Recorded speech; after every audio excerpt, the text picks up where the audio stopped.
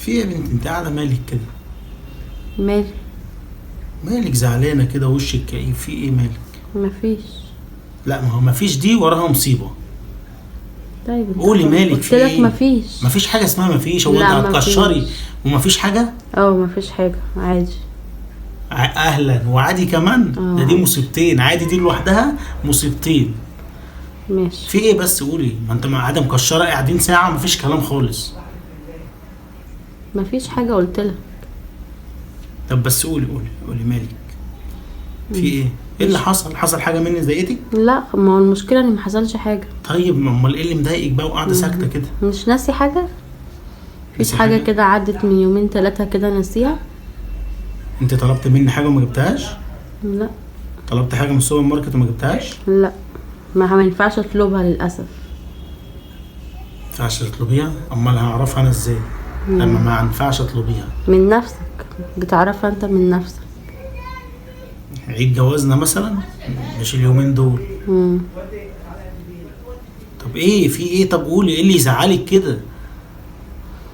عيد الحب يا عمرو، الفالنتين. عيد الحب ده كان امتى ده؟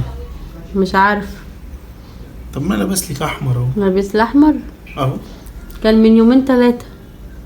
كل سنه ما وانت هنش طيب. عليك تجيب لي شوكولاتايه حتى. احلى شوكولاتايه تحضر حالا. حالا هنزل في عز التلج ده اجيب لك احلى شوكولاته. لا مش عايزه خلاص، مش ليه؟ بعد ما قلت لك. ما انا ما اعرفش، انا لابس احمر اهو يمشي. لا خلاص.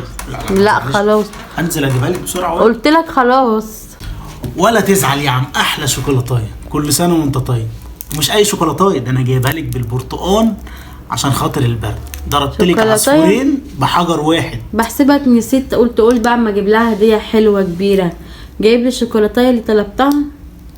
يعني مفيش شكرا؟ نزلت في البرد ده وجبت لك شوكولاتايه. مفيش شكرا خالص. شكرا، خليها لك بقى. شكرا عشان خليها. البرد، ما انت كمان عندك برد. انا كمان عندي برد. طب بص يا بنتي، انا اصلا ما بعترفش بالكلام ده والله. ولا بحتفل. اشمعنى دلوقتي ما بتعترفش؟ ما انت قبل الجواز كنت بتعترف بيه. طب قبل الجواز كنت مغفل. كنت مغفل وفوقت ياما. طب كويس انك فوق. بصي انت طالبه معاكي نكد. دلوقتي طالبه معاكي نكد. يا بنتي الناس مش فايقه لا عيد حب ولا غيره يا بنتي. الناس اللي احتفلت دي كلها مش فايقه. بصي انت طالبه معاكي نكد وهتفضلي منكده. طيب اعملي اللي تعمليه.